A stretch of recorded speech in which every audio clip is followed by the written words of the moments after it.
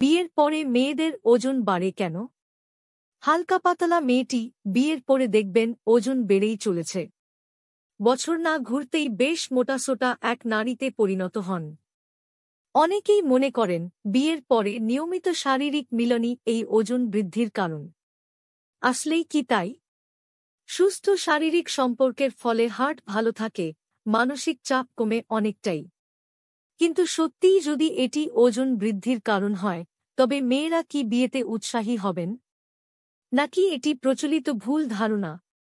চলুন জেনে নেয়া যাক বিয়ের পরে মেয়েদের ওজন বেড়ে যাওয়ার কারণ।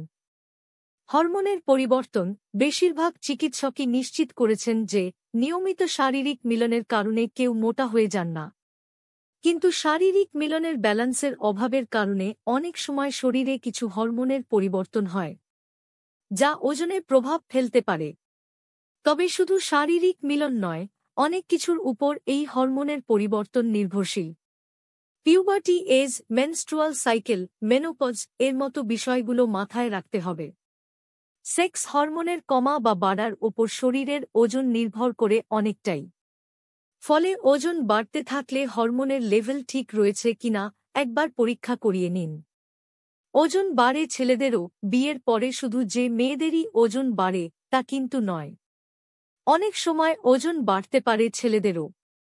আর বিয়ের পর নিয়মিত শারীরিক মিলনের কারণে মেয়েদের ওজন বাড়ে, এই ধারণা আসলে মিথ এবং সম্পূর্ণ ভুল।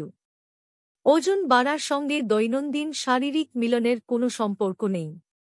বিয়ের পর রিলেশনশিপের সিকিউরিটি বা অন্যান্য বিভিন্ন বিষয়ের ওপর ওজন বৃদ্ধির বিষয়টি নির্ভর করে।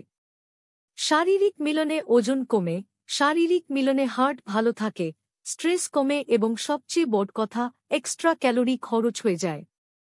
ফলে ওজন তো কমবেই।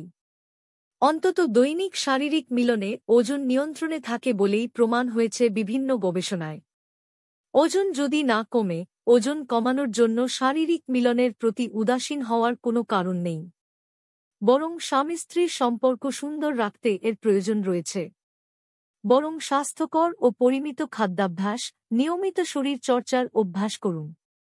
ওজন নিয়ন্ত্রণে থাকবে।